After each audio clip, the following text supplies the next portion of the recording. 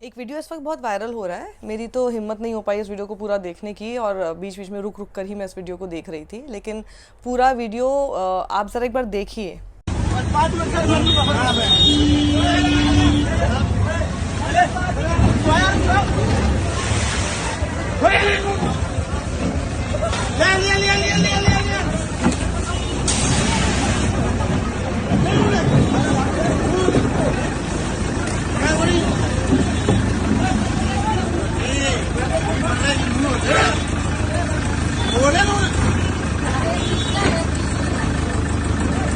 तो देखा आपने इस वीडियो में आपको क्या दिखाई दे रहा है। मैं प्ले करती हूँ इस वीडियो को, दोबारा से देखिएगा। इसमें इस वीडियो में आप देख रहे हैं कि कुछ गरीब लोग हैं जो कि फुटपाथ पर ही अपनी सब्जियों की दुकान लगा कर रखे हुए हैं और ज़मीन पर उन्होंने सब्जियों को इस तरह से बिछा रखा है और बेच रहे थे उन सब्जियों को। लेकिन हरियाणा पुलिस के एसीपी हैं ये दिनेश कुमार, वो वहाँ पे बुलडोज़र लेकर आते हैं और उन्होंने वहाँ पे बुलडोज़र चलवा दिया। बेचारे गरीब लोगों को अपनी सब्जियां तक नहीं उठाने दी गई। आप तस्वीरों में देखिए, एक औरत आई भी है अपनी सब्जियों को उठाने के लिए, लेकिन उनको वहां से दूर भगा दिया गया। और वहीं अब एक दूसरी खबर मैं आपको एक और बताऊंगी जो कि दिल्ली से आ रही है, जहां पर नकली यमुना बनाई जा रही है। यमुना तो साफ नहीं हो पाई, नकली यमुना बनाई जा रही है। पहले ये हरियाणा की खबर देख लूँ। ये सब चीज़ें देख के बहुत बुरा लगता है। गरीबों को देखिए किस तरह से ट्रीट किया जा रहा है। मैं इन एसीपी साहब से पूछना चाहती हूँ, इसी तरह की हनक किसी अमीर आदमी के सामने आप दिखा पाएंगे? वहाँ तो सल्यूट कर रहे होंगे, वहाँ तो जी सर आइए, पूरे उनके साथ लाव लश्कर की तरह आप चल रहे होंगे। लेकिन गरीबों पर ही चलती है ना सारी की सारी हेकड़ी। और अमीरी क्यों, राजनेताओं के साथ करके दिखा दीजिए। वहाँ तो हाथ बंधे होते हैं इन लोगों के, वहाँ इनको इस तरह की हनक दिखाने का मौका मिलता नहीं है, क्योंकि वही इनकी हेकड़ी निकाल देंगे।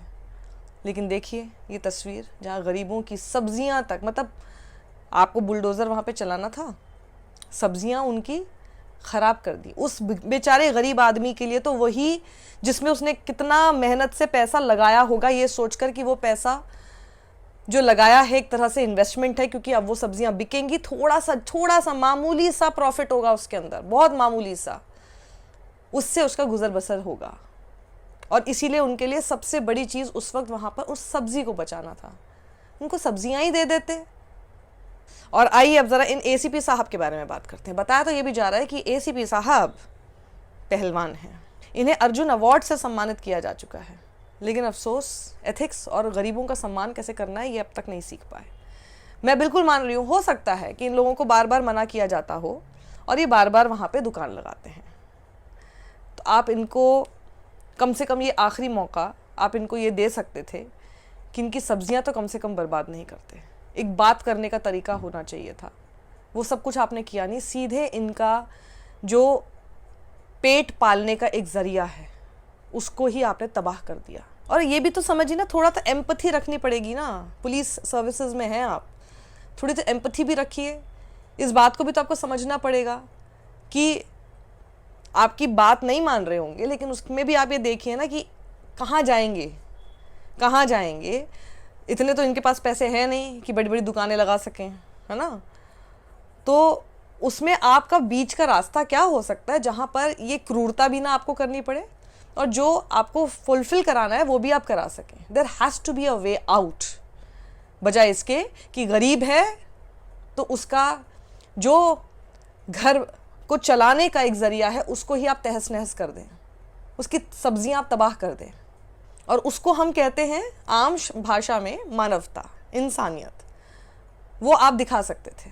और एसीपी साहब ने एक बार भी ना उस मानवता का ख्याल ही नहीं रखा। उनको लगा बड़ा अच्छा विजुअल आएगा, चलो रील बना लो। एक तो ये रील बनाने का शौक चढ़ चुका है, जो भी चीज़ करेंगे उसको दिखाएंगे। अब देखिए थू थू हो रही है आपके ऊपर ही, और सब लोग पूछ रहे हैं कि मानवता आखिर कहाँ गई। पत्रकार हैं गोविंद प्रताप सिंह, उन्होंने ठीक लिखा, साग सब्जी बेचकर अपना जीवन चलाने वाले लोगों से ये व्यवहार ठीक नहीं है। वो धनाढ्य नहीं है कि दुकान ले सकें। आधे से ज़्यादा भारत इन्हीं से सब्जी लेकर 2 वक्त की रोटी खाता है। इनके पेट पर लात मारना अपराध से कम नहीं। कुल मिलाकर एसीपी साहब ने गरीबों को समझा दिया कि बुलडोजर गरीब दुकानदारों की सब्जी रौंदने के काम भी आता है। वहीं पत्रकार पीयूष राय लिखते हैं, ये बहादुरगढ़ हरियाणा के बहादुर एसीपी दिनेश कुमार हैं। सड़क पर दुकान लगाने वाले गरीब लोगों की सब्जियों पर बुलडोजर चलाकर रील अपने इंस्टाग्राम अकाउंट पर भी डाल दिया है।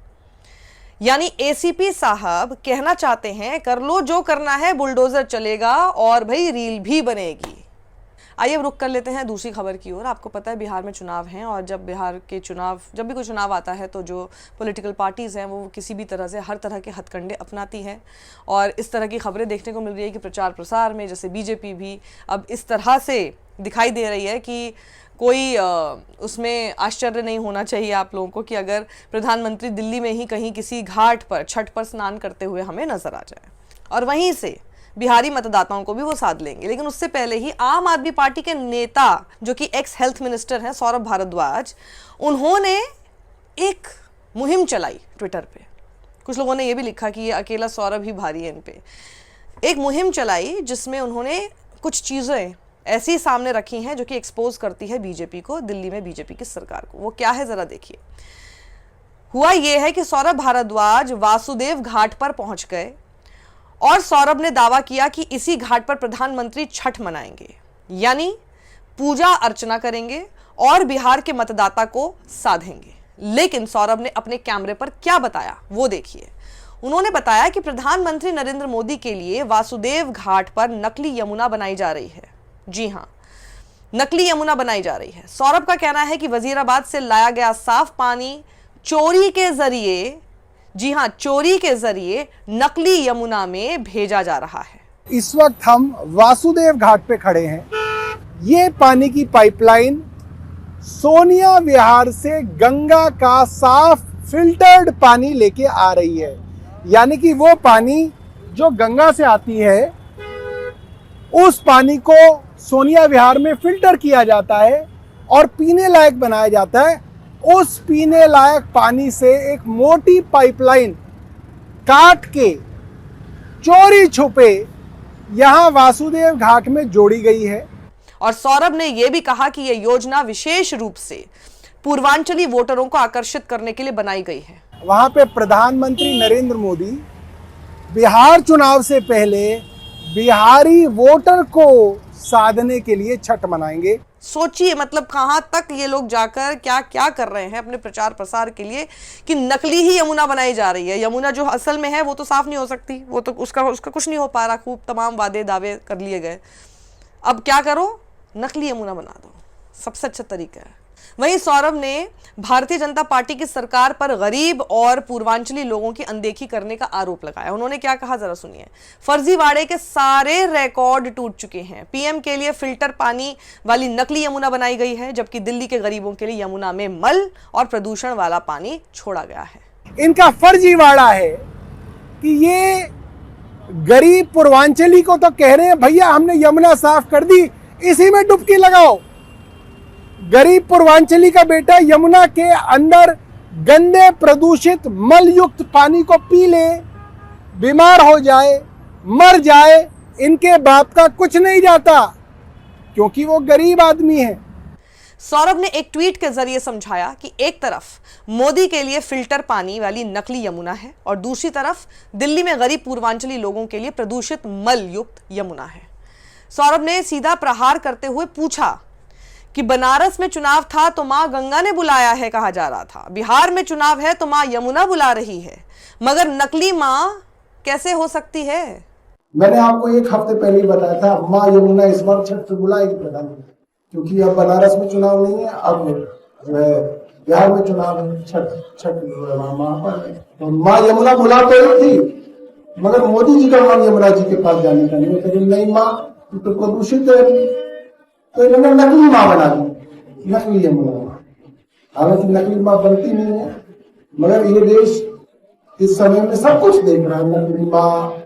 मोहम्मद जुबैर ने वहीं सौरभ भारद्वाज के खुलासे पर लिखा, दिल्ली में विपक्षी नेता गोदी मीडिया और उनके स्टार एंकरों को ग्राउंड रिपोर्टिंग सिखा रहे हैं, क्योंकि ये काम तो उनका होना चाहिए था, जो कि भाजपा सरकार का बचाव करने में ही व्यस्त है। बिल्कुल सही बात है, बिल्कुल सही बात है ना। 2014 से पहले तक तो ये सारे काम हम पत्रकारों को ही करते देखते थे। इतने रिसोर्सेज का ये लोग क्या कर रहे हैं भगवान जाने।